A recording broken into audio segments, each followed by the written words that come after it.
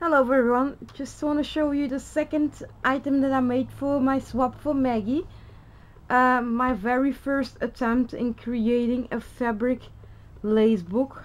It did came a little bit bigger out than planned, but I actually do like how it turned out. Again, I used the same color scheme as the wall hanging, white, creams and off-whites. Here and there a little splash of silver and bling pieces and a little bit of pink on the inside. So this is how the cover looks. I started off with the two pieces of damask that I folded in double, put wadding in between and sewed it in the middle for my base, and then I started working with my images. And here I used this pretty little girl, surrounded the image with lace that I bought from Lily's store, and on each flower center I added some bling. The pieces you see behind the image is from a vintage curtain lace that I got. In the back, if you see you hardly see it, but the mask was covered also with some vintage curtain lace. And then I started layering, so on top and throughout all the book I used for the toppings the same lace, and that's this nice flower lace, and on front and running through the back this vintage dangle lace that's going all around the book. On the spine again used two pieces of vintage lace, and this piece is also vintage, very vintage, it's almost antique. I've got these pieces in my grab bags, and then use some flat back flowers on the back to finish it off, and kept the back simple. Just a beautiful big large bridal applique that I got from Florence store, that I got from Florence H, or is it Lynn Kent? Could be Lynn as well. It's either from Lynn or from Florence. And here you see a better look of the vintage lace. And as you see, let's go back to the front. There's another layer underneath here. There's one layer, there's two layers, and I extended the page a bit with another layer of lace from a doily, and at the bottom you see just a thick luxurious dangle. This piece also belongs to the curtain lace, and then there's just several types of dangle laces. I finished the image off with a doily flower that I made and cut off from a doily to create the leaves, and then gave it some dangles. Again, kept it quite simple, as this is my first attempt to make a doily book. I really hope you like it, how it turned out. Oops, get caught on the flower. It's a very problem solved. This is my second and my third page. Now let's go to the second page. In this page I did use some soft pink colors. Here topped again, so it's this lace all throughout. Then I used this eyelet lace. Don't remember where I got this one, but I think it came from Fiona Jens, but I'm not sure. Again, a beautiful bridal applique. Then there's again an image of a girl surrounded with this lace that I found on one of my vintage hunts from a flea market hunt, as well as the ruffled lace in the back here. And then behind the image you see a vintage doily, and at the bottom with the butterfly you see this very fine dainty doily that I just couldn't cut up, just so I just layered it like a skirt. at the bottom of the image. I hope you can see it. And then there's another piece of applique here. And then here you see one of the dangle laces.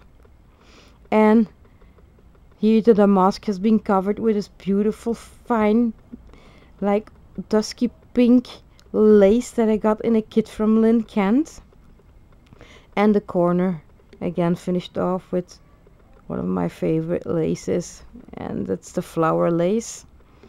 Again finished off the center with another little tiny flower, a flatback resin flower, and a little bling pearl. Next page is again the continuous of this lace. Again, I was lucky to find this lace in one of my vintage hunts. Stamped the word cherish on a piece of cloth, cotton cloth, with some flat back teardrop trim. Again the image, and a tatting doily. It was a large tatting doily that consisted out of smaller sections of tatted doily, so I just cut a section out and used that behind my image, and then accented each of the tatted flowers with a smaller flower and some bling that I got from Irene. She's seriously scrapping. In the corner on top I used one of my hand crocheted double butterflies, and the image is also with some vintage Chinese braid. And then I had to add one of my favorite crochet flowers here at the bottom, and here you see 3 of them, cream, one in pink, flat back, pearls in the middle. This is a cut out from a doily from somewhere that I used and cut out the center and used the center then here, and then finished off the corner with this lace, and again used here and there some doodad flowers. So this is the overall look of page 2 and 3.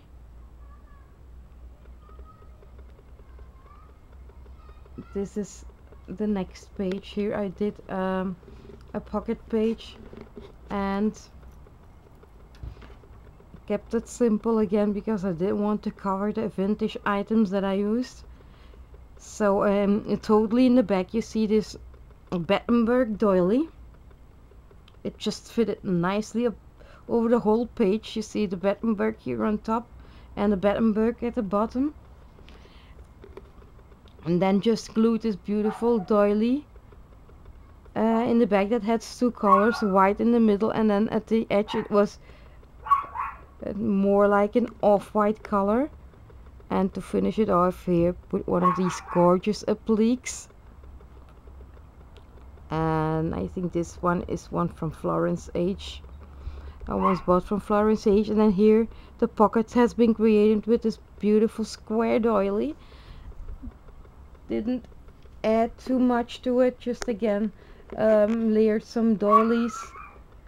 This one has been coffee dyed, this one kept the original color, and again the flower trim, and accented it with the ceramic. And Maggie will gift you one of my little doily wall hangings, which I showed you in a previous video.